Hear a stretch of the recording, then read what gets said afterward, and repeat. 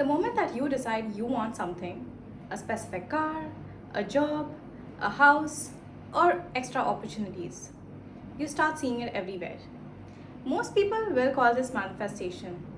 But what if I told you that this has so much more to do with your brain rather than the universe playing a role in it? Let's talk about the neuroscience of manifestation. Neuroscience doesn't really say that thinking about something repeatedly will just get that magically for you. What it does say is something even more interesting and deeper. Your thoughts create things. Now, you might be thinking, how does that happen? Well, let me explain.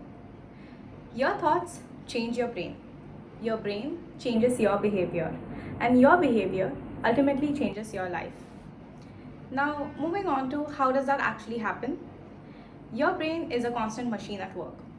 It plays on one thing, and that's prediction. We have a system called as the reticular activating system. This acts like a giant filter for your brain. So your brain processes around 60,000 thoughts per day. Let that sink in. 60,000 thoughts per day. And most of these are repetitive thoughts.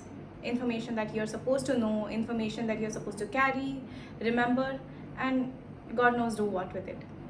So your reticular activating system picks these tidbits of information from your daily life and starts marking it as important. If it's important, your brain stores it for your future. This is why when you start noticing that, okay, this is something that you're thinking about, your specific car or house, you start seeing more of it, not because it just started appearing out of nowhere or they have just increased.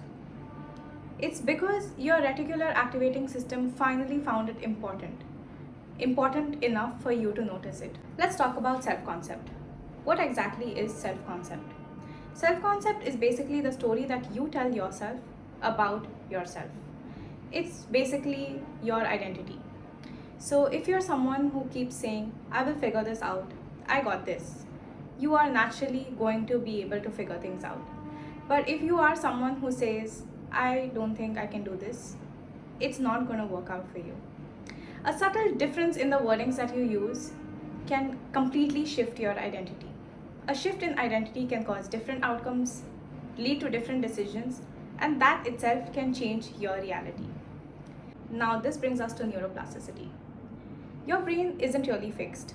Every repeated action, thought, behavior, or identity change that you do will form neural networks. And these neural networks, over a repeated period of time, will finally bring about a change in your life. Most of us might know about the law that says neurons that fire together wire together. So the more you practice these behaviors, actions, thoughts, the more automatic it becomes for your brain to process it, and that becomes your natural way of response. Now, coming to the last bit, dopamine. Most of us think that dopamine is just a happy chemical, but it has more to do with motivation than we can think. If you have a meaningful goal and take small actionable steps towards it, keep telling yourself that you are going to make it, your body is going to secrete dopamine.